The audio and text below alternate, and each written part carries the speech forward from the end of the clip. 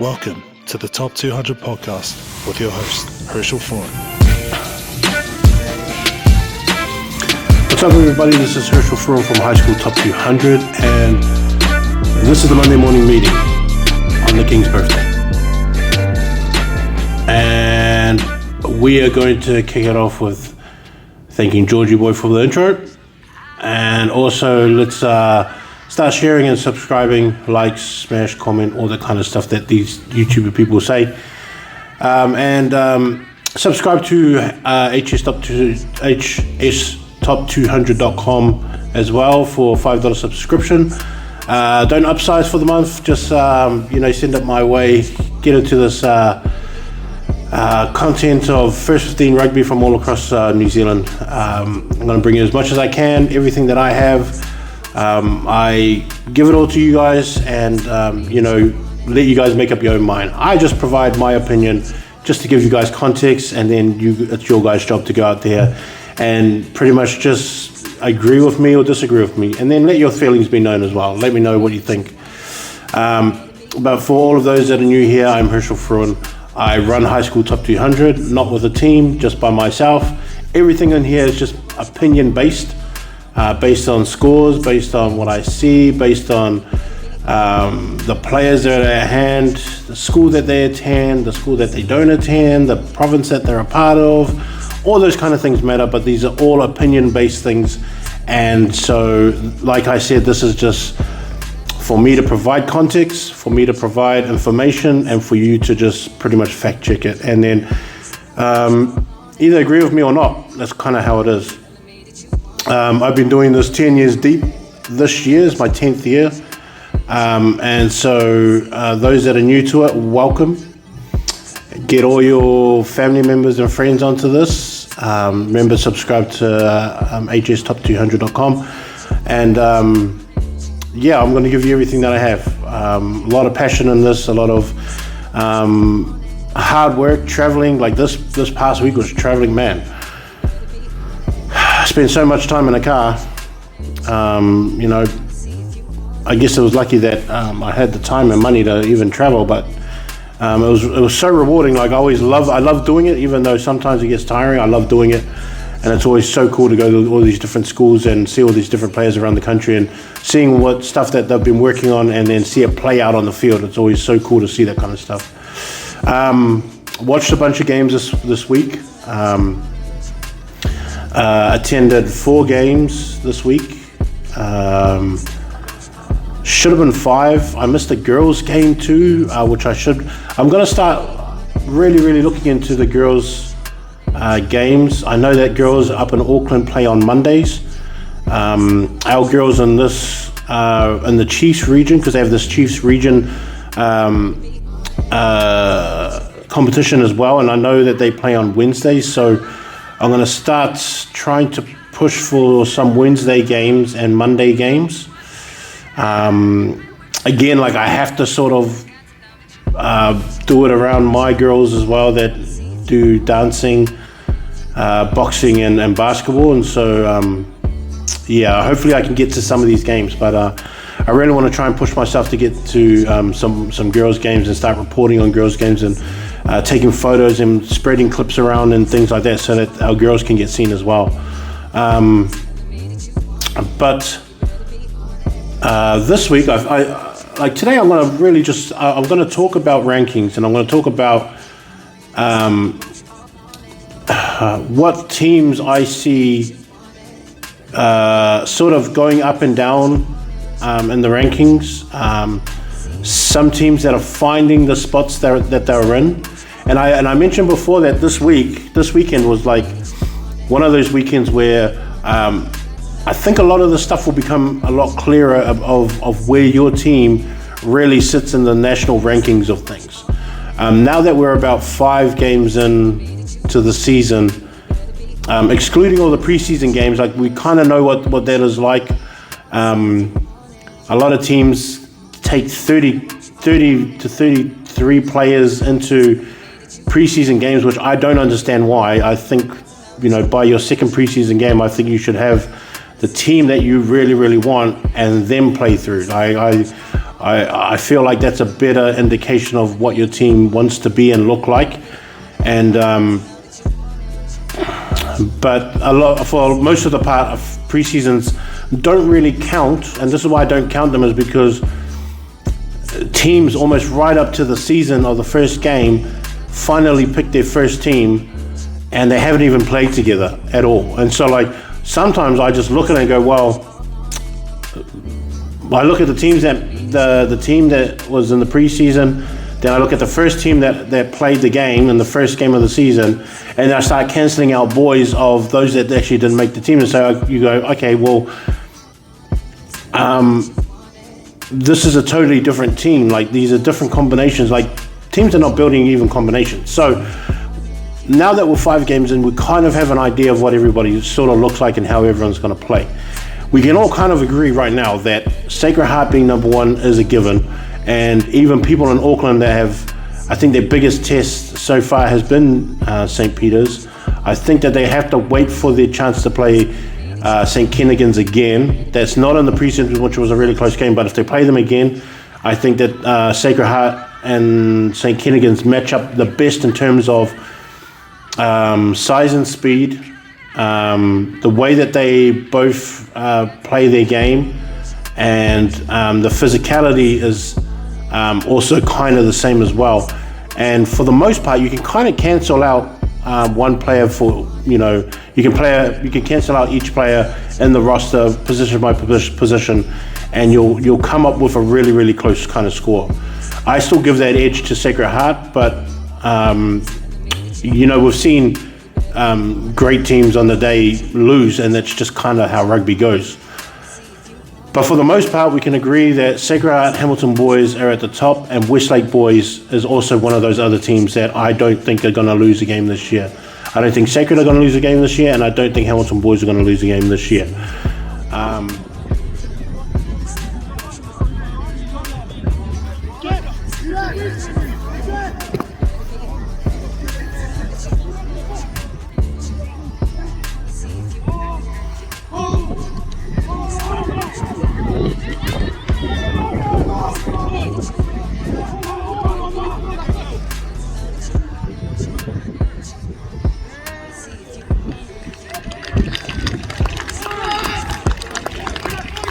Year. And now that we come to Hastings, we just saw Hastings lose to Palmy boys, and Palmy boys is ranked at number 22. And Palmy boys has kind of been an up and down team within the preseason as well. Like I mentioned before, when I went to their game against St. Paul's Collegiate in the preseason, they honestly had no show against St. Paul's.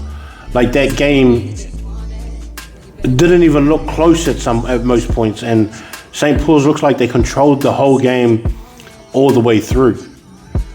But then, like, if you take into account that, and then you look at the fact that Palmy boys can beat Hastings boys, who I had at number 4.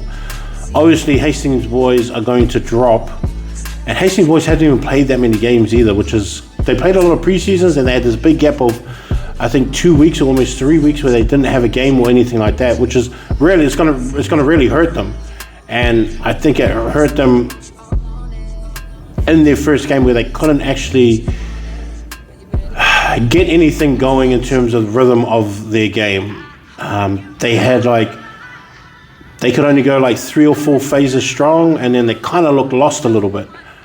And that's where guys like, when you have guys like Eli Odin Ryan, who's a hooker from Palmy boys and one of the best hookers in the country, and I kind of think he might be the best hooker now. When you have a guy like him who's like pretty destructive in everything that he does, and if you watch him too, if you just watch him, you watch him do everything, and everything is done at 100%. And he's so fit this year that he's able to give 100% all game. Manua's like kind of like that from Christchurch boys too, is that he's just not as big as what Eli is.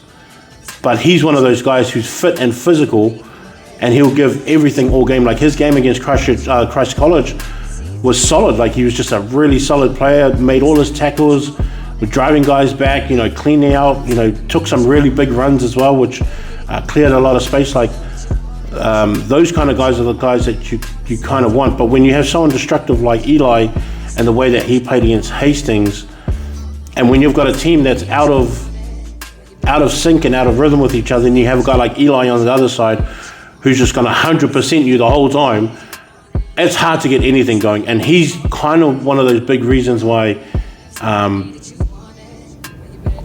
Hastings couldn't get anything done.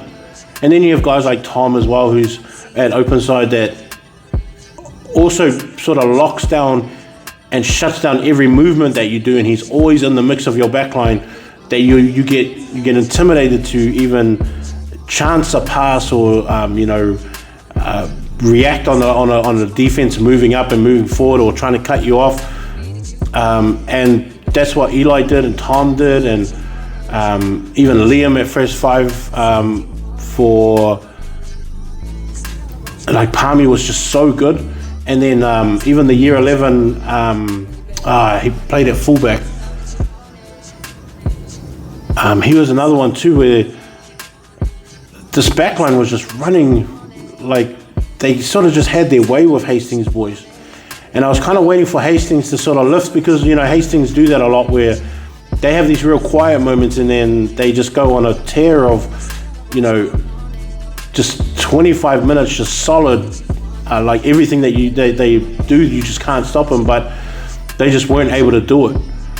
And so like when I watched that game and I saw how destructive Palmy was in that game, and then I looked at their rankings, I also took it to the point where I thought, well, how far do I move them up? How far do they jump ahead? How far do I move them up? Looking at the fact that I guess like you're not going to win every single game, and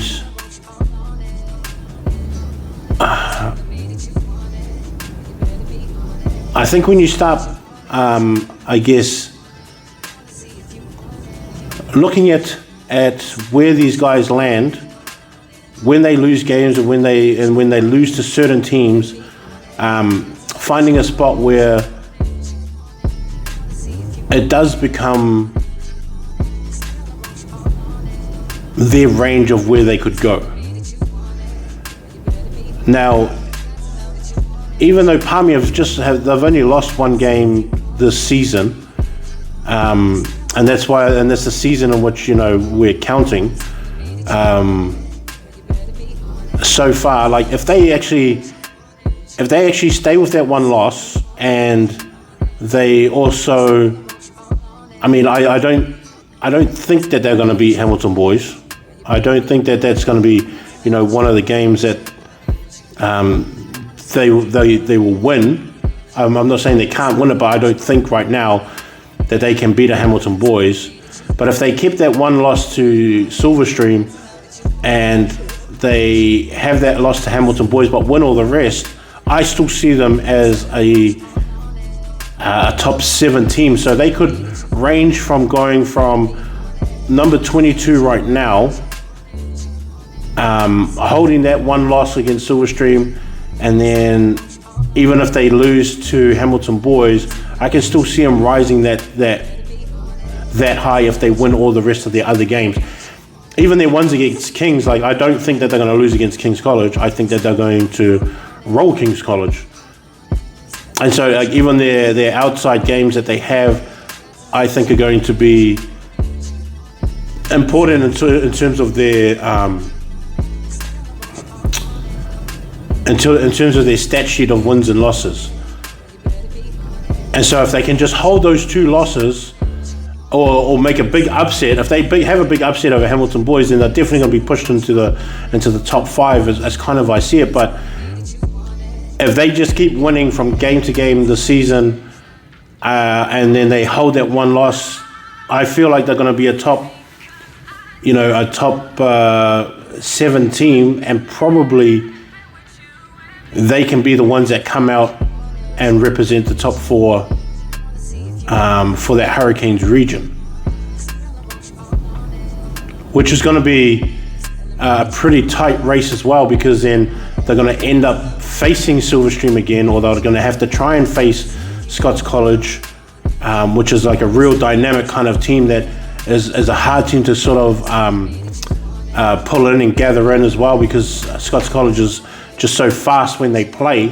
They're going to have a team that can match that intensity, as well as start turning it, because I think the way that you beat Scots is that you turn it around with physicality, like make them play the ruck longer than they want to, and then have guys notice that when you get penalties against them, they're going to take the tap and run, regardless of where they are on the field. And then sometimes, and when I watch them, and I've watched them obviously in preseason against Kings, and they ran them out, and then I saw 2 other games in their preseason, and one just a week ago, where these guys, it's almost more beneficial if they take a tap within their 22 and just run it out, because it just leads on from one to the next, and they change up the tempo of a rugby game.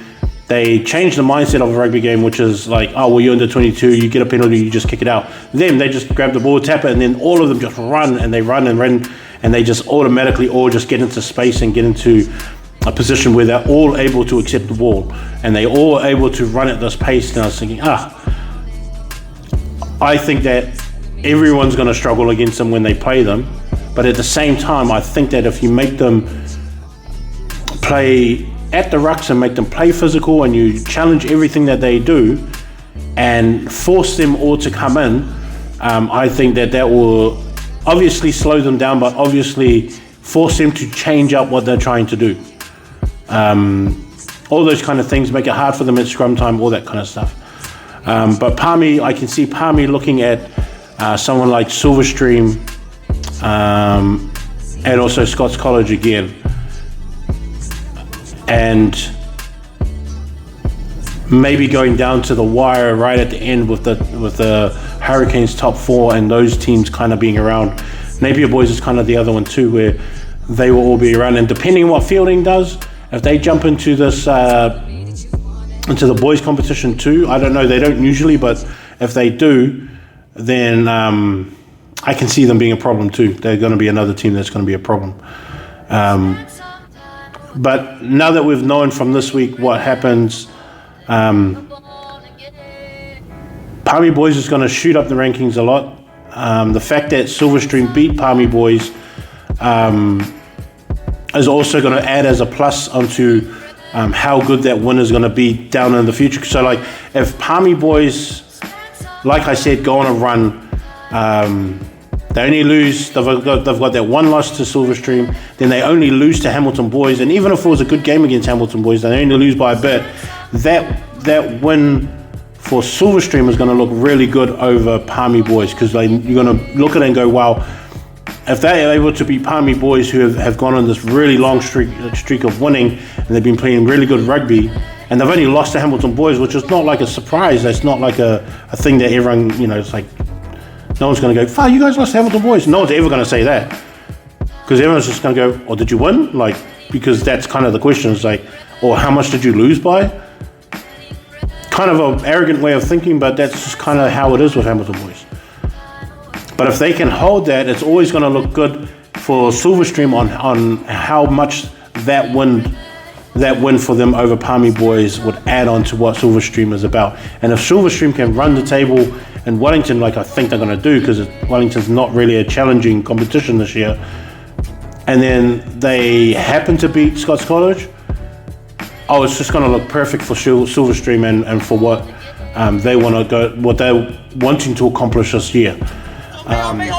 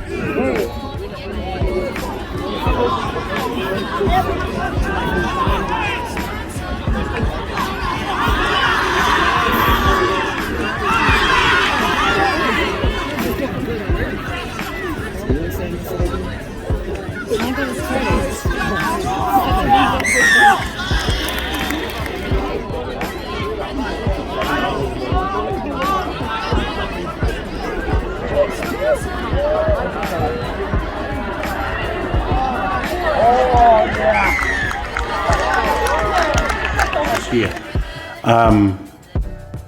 So Palmy Boys is going to move up. It's going to look good for Silverstream. Silverstream's win against New Plymouth Boys as well, even though it wasn't the greatest show from Silverstream. Like I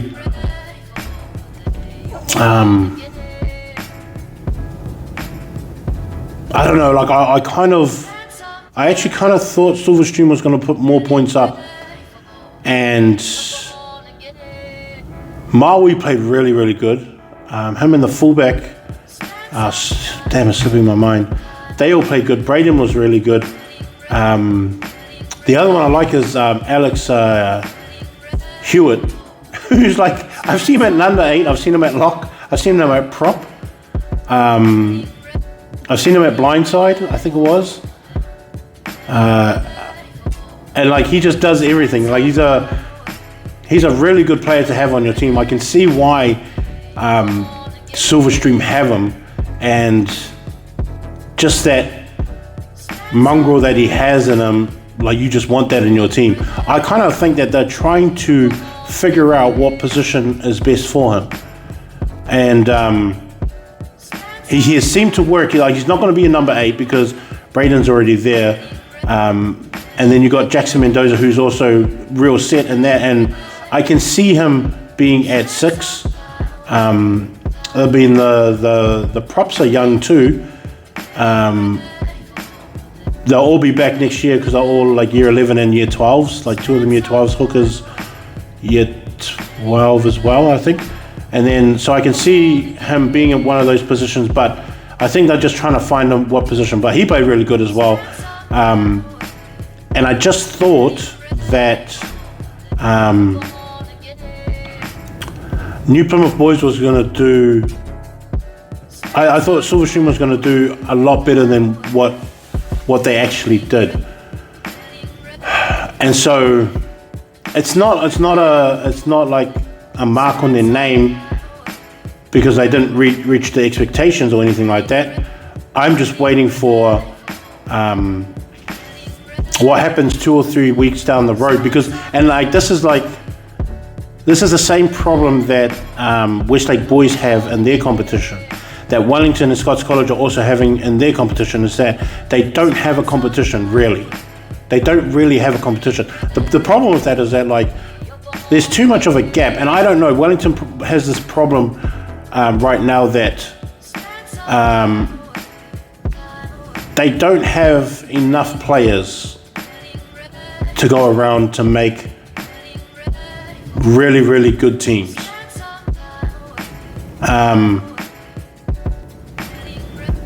If you think about it, you should probably have Silverstream second 15, probably Wellington second 15, and St. Pat's Town second 15, all playing in that Division 1 Premiership competition, because the other schools haven't been able to not just retain their players, because I don't think it's like player retention. I have a feeling that it's based around teams not getting enough coaching, and the coaches don't get much help from the union to give all the players extra coaching. And because Scots have such a good coaching, they got such a good coaching staff. Silverstream have always had a good coaching staff. Wellington College now have a really good coaching staff, and they're building something there. St. Pat's Town is getting there with their coaching staff, been building through all their teams, but I always feel like they leave all the other schools to their own devices kind of thing. They leave Wairarapa out there by themselves, and Wairarapa has always been a somewhat strong team every sort of other year. Like, I'm so impressed by how Wairarapa have such strong teams every other year. Like, they don't have a strong team every single year, but they only need like 1 year to get those players ready for the next year, and then they're fine. Like, they do really, really good, and it's like real impressive for such a small place like that to have so much talent that they can take on those bigger schools with just what they have. And I've always kind of admired that about Wairarapa, and to me, I think Wairarapa is going to end up in that top 4 in Wellington, along with probably Hibs, which is going to say a lot for that Wellington region, of that Wellington City region, if Wairarapa and Hibs end up into that top 4. And if Wellington College don't step up, Town don't step up, Rongotai don't step up, it's not going to look good for Wellington City itself. Because the only one that's from Wellington City itself is Scots. And then Silverstream's out there, and so, like, you're not really going to have a lot of representation just from the city itself with all those players, with all those boys that are going there, and you only have one team representing the city.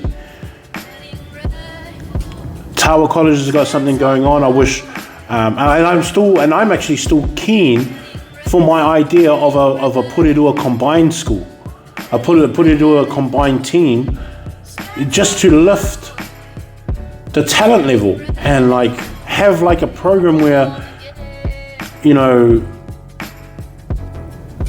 all those teams in that combined region do something like where they all come together and they all are trained together, and then they're picked out of that team, a best team, but then it lifts the level of everybody that goes to those trainings.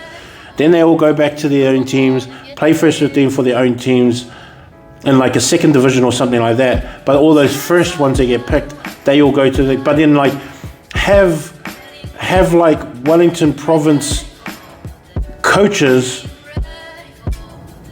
or guys that are, guys that are at Iran's like studying or something, like go out there and teach the boys extra stuff, give a lot back to those schools and give them extra training, different techniques, different ways of doing things that help out those coaches in those areas too. And then like when that stuff, catches up, then let them go to their own teams and play. But I mean, like when you have teams like Bishop Veard and Aotea and Mana and Porirua, Tawa for that, and sort of in that region as well, Taita College, like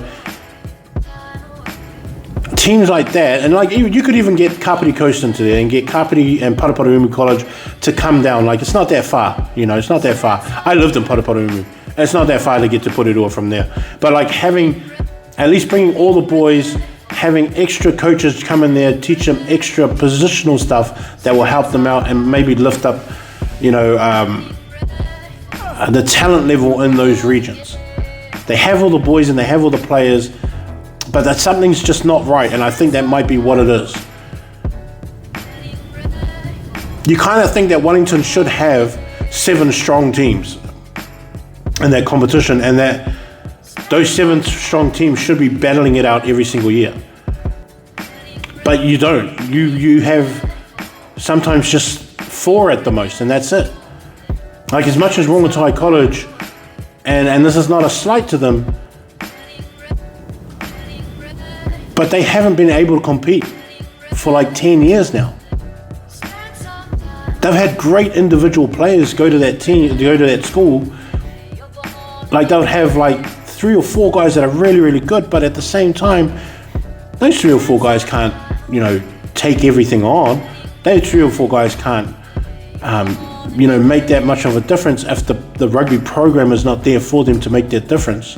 And that's why some of those guys have left and gone to other schools. And the weird thing is that they go to other schools and then they flourish. So like it's got nothing to do with those players. It's just got to do with the program in those schools and whatever it is. I feel like the Wellington Rugby Union and the province have to jump in and then quickly find out what that problem is and then start building for it. Even if you start at under 14s and do a program from under 14s and do the same program for all these players from every school, not just those big schools, but for every school. And just build up that under 14 level and take it to under 15s and under 16s, second 15 and first 15 and just build it up and just see what it looks like. And just see what it looks like, because we should have more Wellington schools higher up on these rankings. I know that the Hurricanes have now pushed their talent eyes away from Wellington and they look at Hawke's Bay and Manawatu rather than looking at Wellington players. They'll pick a couple, they'll pick a few of them, but most of them come from the Hawke's Bay or Manawatu, and then they pick a few from Gisborne as well. Now it really shouldn't be like that. Not with like the population and numbers that you guys have, and Wellington shouldn't be like that. And like definitely wasn't like that when I was at school. Most of the like heaps of boys that came through like Wellington, the Wellington area, they were just superstars. And they used to pick a few here and there from like the Hawke's Bay and Palmy and like things like that and Gisborne. But for the most part, like I remember them picking the most from these Wellington schools. And something's got to give, because like sometimes I kind of feel sorry for Silverstream and Scots. And like you say whatever you want about Scots, but when they get their players and they recruit their players, and I'm not going to say that they don't recruit from Wellington schools, because they do. It's like obvious. You just ask the boys, where are you from? It's like he'll just say, oh, just down the road there. But I used to go to that school and I go to this school. And it's not a secret. But at least these boys go to Scots College and then they reach their potential. They reach their potential and they get the training and the focus and the drive that they need for their rugby, that they make it out. That they make it to a level that they want to be at. So for me it's just like, I think that other schools can do it. They just haven't found, I guess, the right formula to make it work. But the only ones that I can see hurting is someone like Silverstream, because I actually rate Silverstream one of the best rugby schools in the country, along with Hamilton Boys, along with Sacred Heart, along with Christchurch Boys. Hamilton Boys, like all these schools. Hastings is kind of getting there as well, where from under 14s all the way to first 15, they're always solid. Every single team, every single one of those main teams from under 14s, under 15s, under 16s, third, second and first are all really, really strong teams year in, year out, every single year. They never fail to have strong teams. And like there's only a few teams in the country that can do all those things every single year, year in and year out. And for me, like Sacred Heart is that, Hamilton Boys is that, Christchurch Boys is that, Silverstream is that. Nelson College is really getting there with the teams that they have coming through and the rugby program that they have going there too. Otago Boys used to kind of be like that. Southland Boys in a way, but it's hard to, because they don't really have a lot of competition down there. They play a lot against themselves, small time schools, stuff like that. But Silverstream is one of those top rugby programs as a whole in the country, and always deliver on talent, always deliver on complete teams. And like I think it's like one of those things that they don't get applauded for enough for a team down there in Wellington.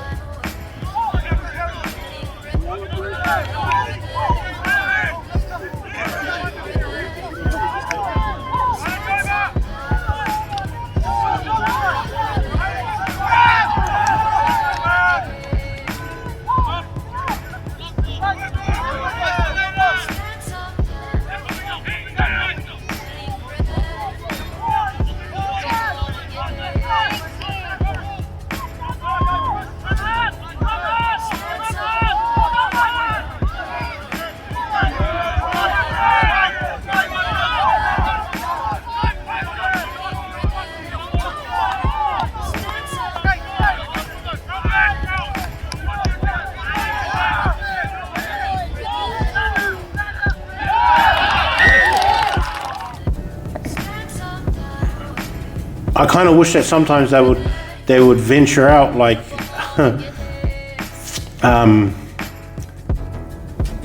like there's sometimes schools, they know that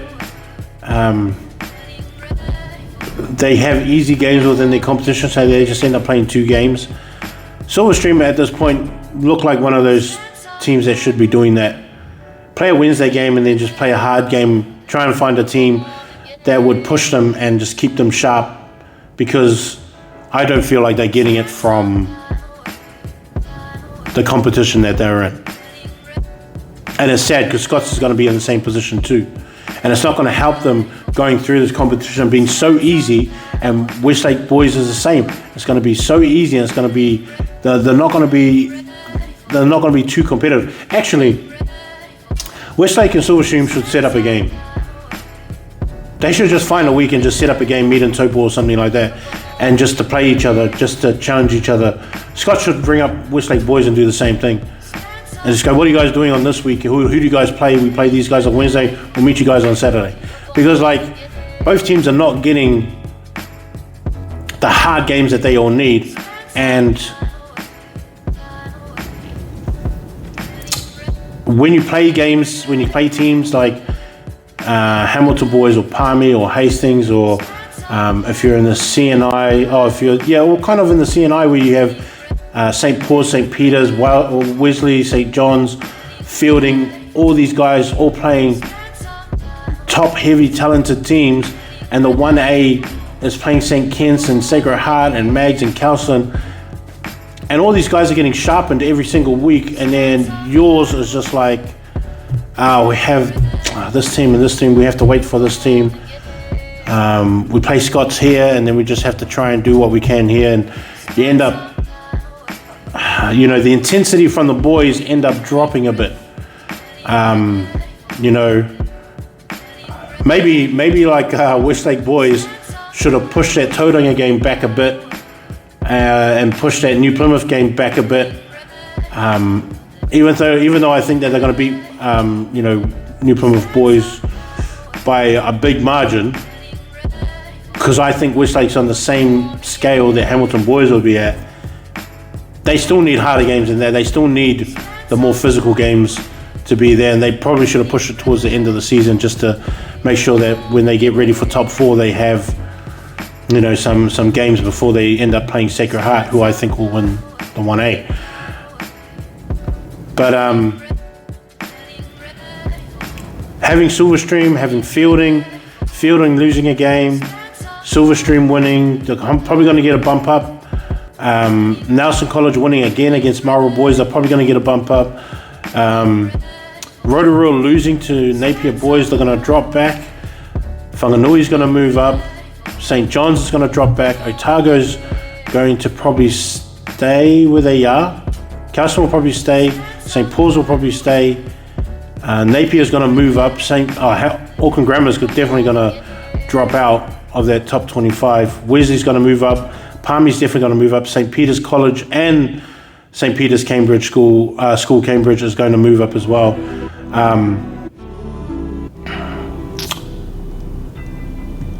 And in saying that, there's this group of players that I'm looking at right now. I've kind of added Auckland Grammar into that group. Mags might be one of those in that group as well, along with Kings and De La Salle. Kings is going to drop back even further. Christ is moving up a bit. St. Andrews is moving up a bit. Marlborough's going to drop back. Massey's going to move up. Wellington College is going to stay. New Plymouth is going to stay. Kings is going to stay. Wairarapa might move up again. Timaru is going to drop back a bit. And we're going to have teams like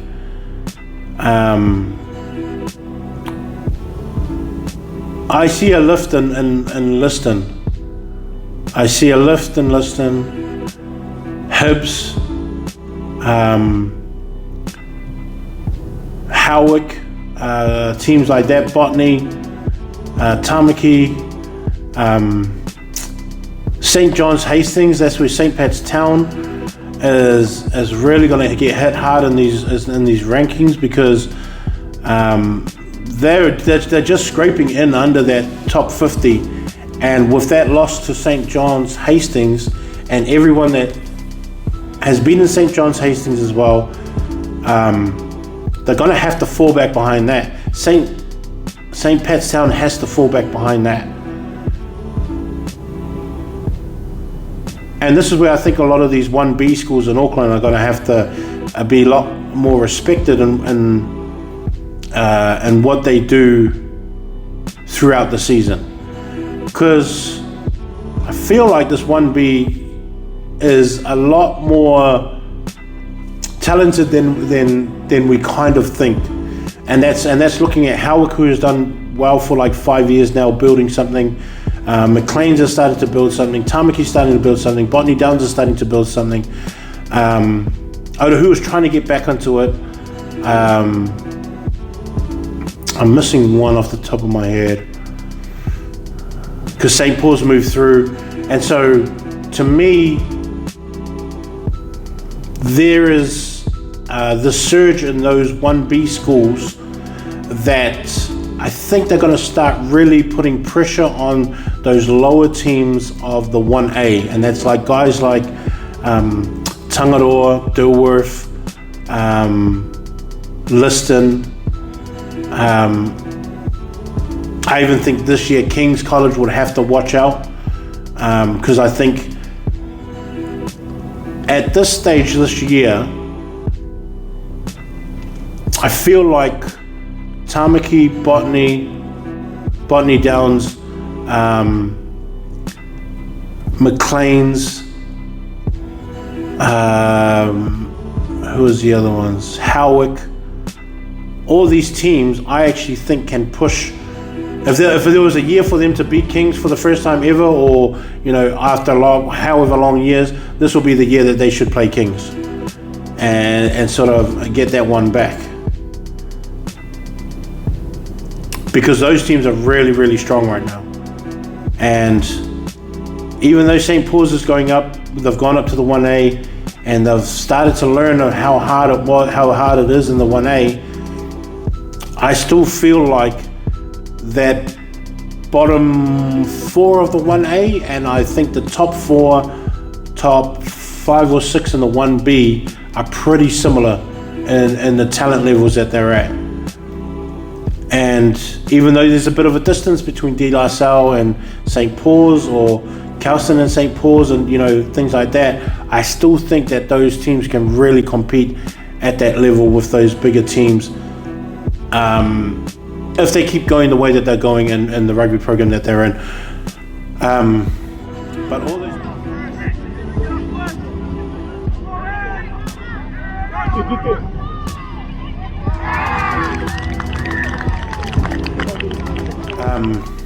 But all those teams are, to me, I feel like are going to start moving up. And then these other teams that are in sort of this bracket of, I don't know where they actually really land, but they're all kind of in that 30 to 50 range. St. Thomas is another one that I'm not really sure about. They play good, sort of, kind of. Christ College before this game against Christchurch Boys, the first time that they've really kind of been showing what kind of team that they are, or where they need to be as a team. St. Bede's also got shown a bit by St. Peter's what they really need to work on.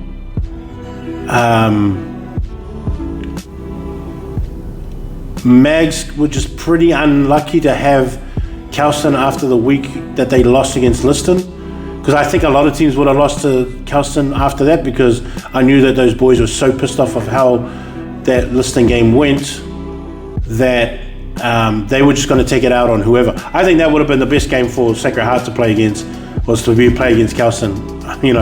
If that was the case for them to really, if they were going to lose a game, I think it would have been against Kelston after that game. Just because I knew those boys would have been angry that way. Marlborough's another one that I had somewhat high hopes for, and I know that they're young, and I know that they had this really good under-15s team in Marlborough boys last year. A lot of those boys have moved into the first 15. A lot of those boys are also young year 12s, actually year 11 players, but they're young year 12s, and they're all starting in the first 15. And they are pretty much in a position like King's College where they've just relied on what the under 15s did last year, trying to move all those players in, but it's not going to be long enough, and it's not going to be it's not going to benefit them a lot in the long run if they're all got a bunch of young year 12s. If they were all just year 11s, I would go, cool, now you got 3 years of these boys to build up a team over 2 years and really make a run for that championship in the third year, as well as fill in the next guys that are coming through into that first 15 culture, into that first 15 way of winning, that they'll be able to carry it on for like another 3 or 4 years after that. Just being able to teach and recycle the winning process. But I don't know if Marlborough can do that with young year 12s not having that extra year in terms of first 15 talk, and whatever you want to say about, but that's like not part of the school, blah, blah, blah. It's like, I'm not talking about that. That's not what I'm here to talk about, is like school. I'm talking about the game of rugby and first 15 level. Having young year 12s lead your team is not the ideal thing to have in a high first 15 competition like Miles Toyota is, because then you're going to come up against teams like Nelson, who showed them how young that they actually were. Like, you had year 12s from Nelson College play against year 12s from Marlborough and the young year 12s from Marlborough, and showed them the different level of a year 12 in Nelson and a young year 12 at Marlborough. Big differences there. And it showed in the scoreline. And they have a New Zealand secondary school first 5 at Marlborough who still couldn't help them get to that point where they need to be. And there's like a really big difference between that. And so they're going to have to try and figure out or fast track these boys to be ready for next year. As like pretty much a year 12 team trying to take on year 13 teams from, the likes of, Christchurch Boys, Christ College, Timaru, like all these other schools that have older teams. Older players and older teams, but like Marlborough's going to be in that bunch. St Andrews is also going to be in that bunch of teams within that top 30 to 50 that those guys have kind of shown me that they are going to be within that ranking of 30 to 50 throughout the whole year. And maybe a few of them will jump out into the top 25 depending on the wins and losses, and the good games that they have or the streaks that they go on, things like that. That will show me that they can progress and get better. But usually by this time, you kind of already know. You kind of already know where they're at.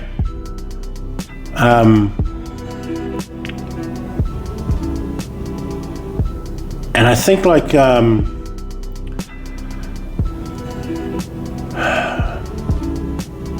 don't know how much better it's going to be or get, but at the same time, a lot of these schools are going to be all in that same range of when it comes to rankings, it's going to be sort of solidified within their 7 games of the season where they're going to end up or how they're going to be as a team.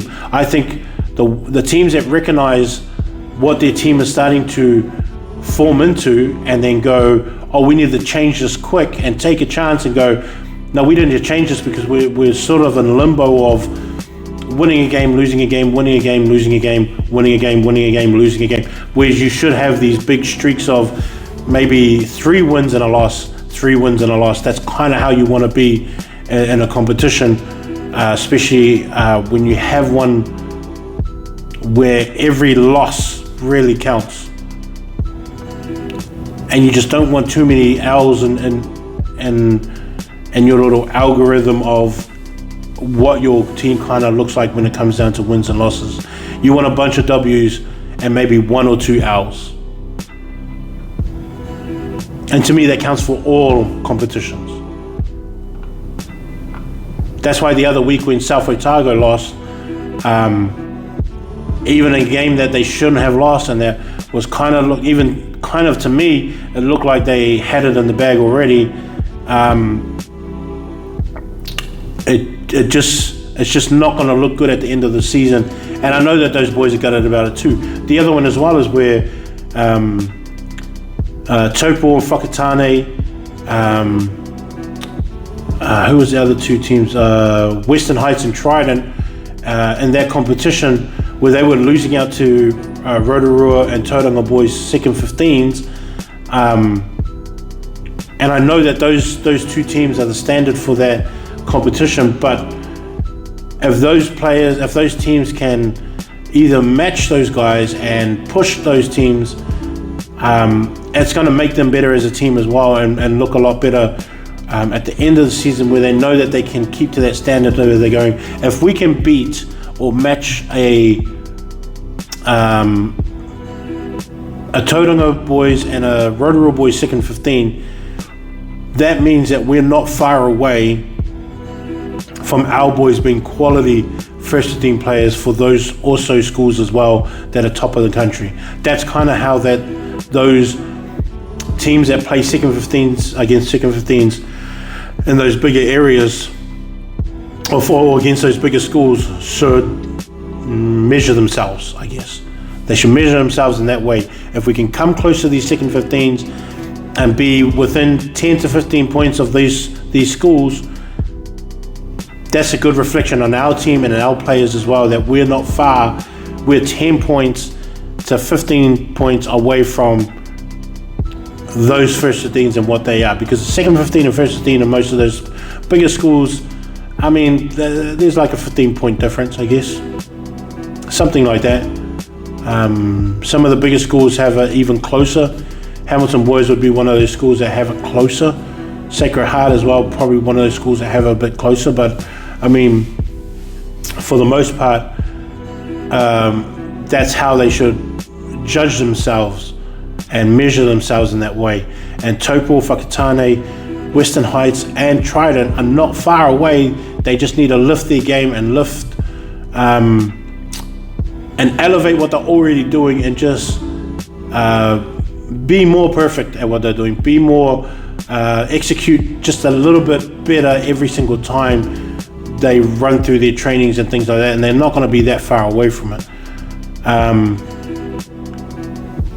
I think Wakatupu is going to be kind of one of those teams too. Waitaki boys, I had a lot of high hopes for Waitaki boys because of the size of their forward pack and the players that they have back. I kind of wish that they have a lot more success in what they're doing. And I've seen 3 games already this year of them, and they have a lot of highs. But when they get low, it's pretty low, and then they get scored on. And it's just about eliminating those low points, and at those high points, make sure you finish with points. Don't have a good streak of rucks and maws and penalties, and don't finish with any kind of points. And that's kind of what Waitaki's doing, is that they're doing all the right things right, and then when it gets to a point where they should either take 3 points or they make a wrong decision where they should, or they drop the ball, like things like that, where I've seen a few times where they're right near the line, they go for a line out, and it's just a simple line out that they either knock it on in the air, silly throw that's just gone, that's like just getting too excited and being like, oh, we're going to score here, which is like, yeah, you are. Take care of that throw first before anything else. And they just don't do that kind of stuff, things like that. But this year, this week has been really hard, really trying to find out the teams that belong in this top 25 or from 25 to 30, and that those that belong outside of that 30, because I've been noticing that there's a gap as more teams win and lose. There's a gap that's really opening up between the top 25 26, 27, 28, 29, and maybe 30, and then from that 31 to 50 has also a big gap between all of those. And usually that kind of stuff happens later on in the season, not now. It happens later on in the season after reps and all that kind of stuff. We start seeing teams get a bit lethargic and down, and a lot of teams are getting injuries and stuff like that. Well, is that pattern starting to happen now? When back in the other years, it's never been like that before. Like, this is kind of new, even for me, where I've already seen these trends. It's like, well, I'm trying to figure out what's happening different from this year to all these other years, and for it to happen now is a bit strange, but there's still time for it to turn around. And I hope the teams that have had 1 or 2 losses so far, they have a good team and a good culture and a good rugby program, and they've already got 2 losses that they don't really like, where they've given one away that they shouldn't have, and that they've coughed up one that they thought was that all those kind of reasons that happen. That they see what's happening in their team fast, and that they address them openly, honestly, and without any kind of ego. Because the other thing is that when you bring out problems that happen in the team and someone doesn't want to take that and own it because they know that they're doing wrong, and that ego gets in the way, it makes it worse for the team. And some of you teams have to have that talk, have to let the egos go and take all the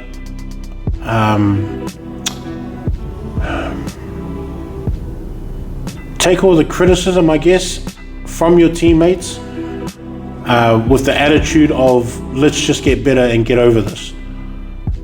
And I don't know how many teams can do that, like, openly and honestly, and with a lot of love, even at the end of these meetings, because they can get heated and all that kind of stuff. But if they want to change the course of the team and how it's going, I think there's about 15 teams that need to have that conversation, and that need to go, all right, I've been effing up in this and I need to get better, and someone needs to call them out and be like, yeah, cool, this is what I think you're missing. And then being able to take that information and go, all right, I'll just eat it up, make sure that it's I work on it, and then go about my business, because this is for the team. Instead of going, bro, what the F is your problem? How about we go outside and see who comes back first? And then having like those kind of heated arguments and go, well, how about in that time where you dropped the ball and you this and you this, like, and all that kind of blame game kind of stuff. But be able to set your egos to the side and all that kind of stuff, and then just have those honest conversations, start looking at changes, and finish a lot stronger. I've kind of seen that just through these games so far, and just be watching it on film, which has been so great that a lot of teams are live streaming now.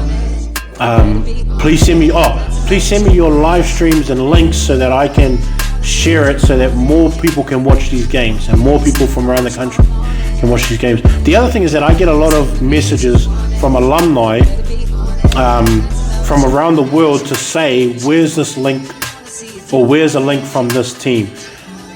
And sometimes I have the links, and then sometimes I don't. So if you are live streaming your game, please send me the link, because it's not just for me, because everyone knows that I want to watch it. It's not like a secret, but it's also for those that are around the world that just know that I run my website, and they come to my website to figure out, where the games are being live streamed. So if you can send me the live stream and making sure I can share it, so that people from around the world that want to watch their old school play it and can watch it then. But we're going to see how this week how this week goes after everyone comes back from King's birthday, and we'll see how this next week looks and see who gets back on track. Please subscribe, to hstop200.com. Like and share on Facebook and Instagram. Send me your messages. Send me all your where I got it wrong questions and answers and criticisms and remarks and all that kind of stuff. Let me learn from what you guys see as well, and then we'll get ready for this next week. Herschel from High School Top 200 Monday morning meeting. Later, Paul.